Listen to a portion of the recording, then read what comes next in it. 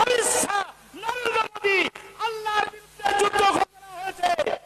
আমরা যে ইমানদার ভারতবাসী, আমার বাপ দাদারা রক্ত দিয়ে গিয়েছিল এই ভারতকে রক্ষা করার জন্য, ইংরেজ মুক্ত করার জন্য।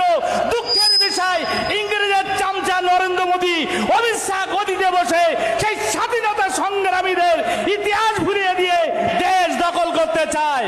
এটা কোনোদিন হবে না যে এই মসজিদ বাঁচানোর জন্য আমরা রক্ত দেবো, আর এই রক্ত এক ফোঁটা ভারতে পড়বে তো এক বইয়ের মধ্যে এই রক্তের মধ্যে দিয়ে নেতাজি সুভাষচন্দ্র তৈরি হবে, আমার মহাত্মা গান্ধী তৈরি হবে, আমার মাওলানা আবুল কালাম আজাদ তৈরি হবে, আমার হোসেন আহমদ মাদানি তৈরি হবে, আমার অলিতে গলিতে যুদ্ধ ঘোষণা হবে।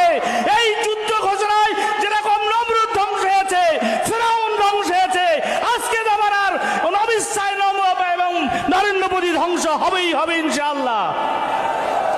আপনারা যারা এসছেন মসজিদ বাঁচাতে এসছেন না ধ্বংস করতে এসছেন? হাত তুলে বলুন, হাত তুলে বলুন। তাহলে আমাদের ওলামায়ে কেরামরা বারবার এলান করেছে, আপনারা রাস্তাটা খালি করে সামনে চলে আসুন। ঠান্ডায় বসে মসজিদ বাঁচবে না, ঠান্ডা ছায়ায় বসে নরেন্দ্র মোদীর সাথে লড়াই করা যাবে না, অমিত শাহর হাত থেকে লড়াই করা যাবে না।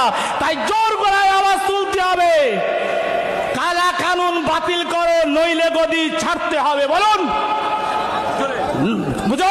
বলেন, যত আওয়াজ দিল্লি যারা পৌঁছে যায়, অমিত শাহর কালা কানুন বাতিল করো, বাতিল করো, অমিত শাহর কালা কানুন বাতিল করো, বাতিল করো, বাতিল করো, নইলে গদি ছাড়তে হবে, ছাড়তে হবে, ছাড়তে হবে। সেই জন্য অশেষ ধন্যবাদ জানিয়ে এই সভা শেষ পর্যন্ত আমরা থাকবো। যতদিন কালা কানুন বাতিল হবে না, যতদিন কালা কানুন বাতিল হবে না, ততদিন আমাদের আন্দোলন চলবে এবং গ্রামে গঞ্জে চলবে, কলকাতায় অচল হবে। এবং মাননীয় মুখ্যমন্ত্রীকে বলবো, আমরা আপনার সাথে আছি। যদি আপনি কালা কানুন বাতিল করতে পারেন, আর কালা কানুন যদি বাতিল না করেন, তাহলে আমাদের আন্দোলন সারা ভারতবর্ষে জুড়ে চলবে।